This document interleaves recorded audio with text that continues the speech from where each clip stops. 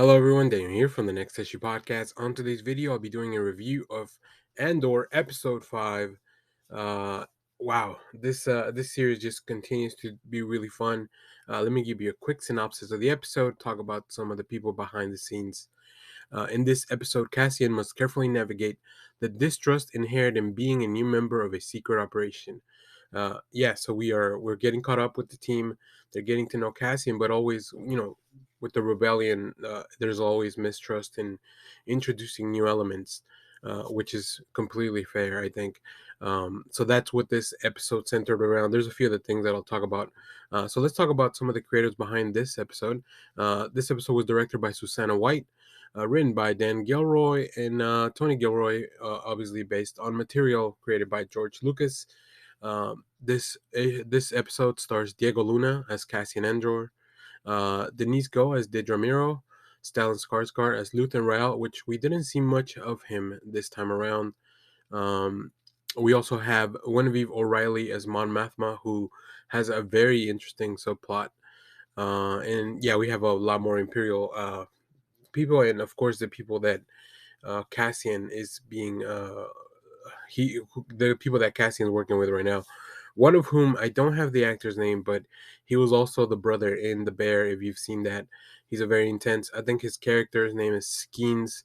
Really intense actor. I really like his job. The job that he did on this. He's the one with the biggest mistrust, I believe, for Andor. So really cool. But yeah, let's get into it. So I'll touch on some of the other storylines first. So we do have Sirin Karn has gone home in failure. He's the corporate officer that was chasing Andor, but now that the corporation has been supplanted by the Empire in leading for Andor, he's now kind of left in shame. He's gone back home. He's gone back to his mom, who keeps shaming him about stuff. It's really interesting. I feel like he's gonna come back and be.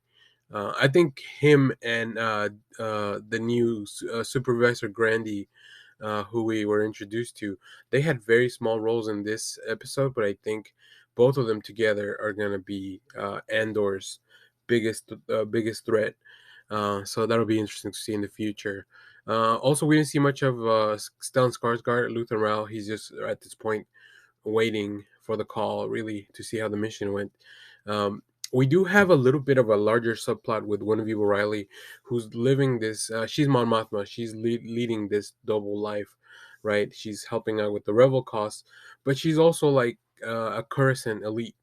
Her husband's an elite. They have a daughter, and their family dynamic, it's not very good because she is focused on the rebellion, which she disguises as being focused on her charity work and her work with the government. So she doesn't have time for her family, and they resent her for this. Her daughter resents her for this. Her husband is just a complete asshole.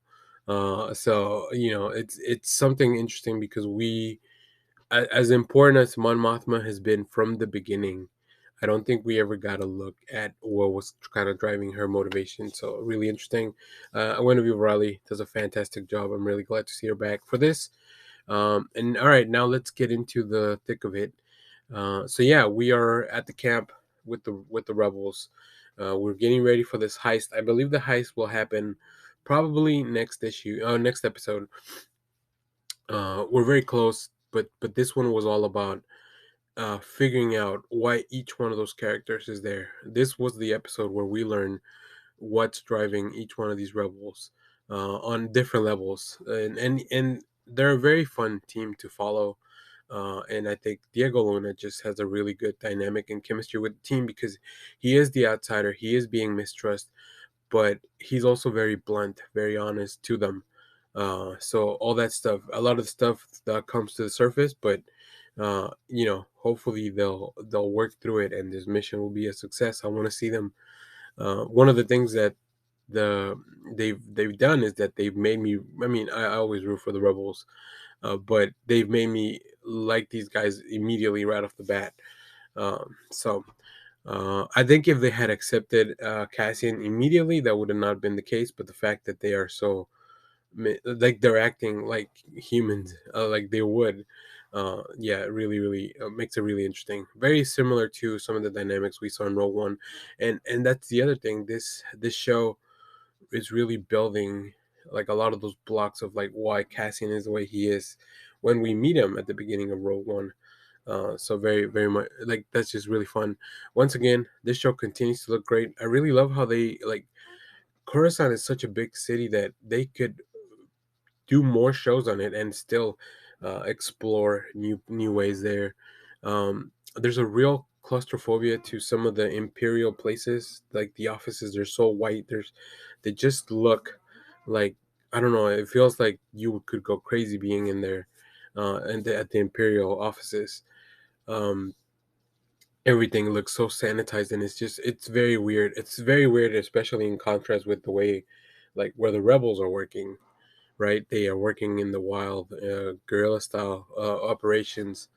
Um, so, and the fact that they continue to shoot like out in the real world, um, it just makes the show look so much better. So yeah, I'm in love with the show. I'm really really enjoying it. We are halfway through. We have actually next episode we'll be halfway through season one, which is insane because it just started. But that's what happens when you drop three at once, I guess.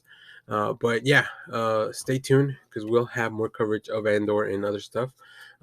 As always, thanks for watching, everyone. Remember to share, like, subscribe, hit the bell so you know when we go live. That is most Saturdays, 10 a.m. Central Standard Time. And stay tuned because we have more comic reviews, trailer reactions, TV recaps, all that fun stuff here in the channel. Thanks for watching, everyone.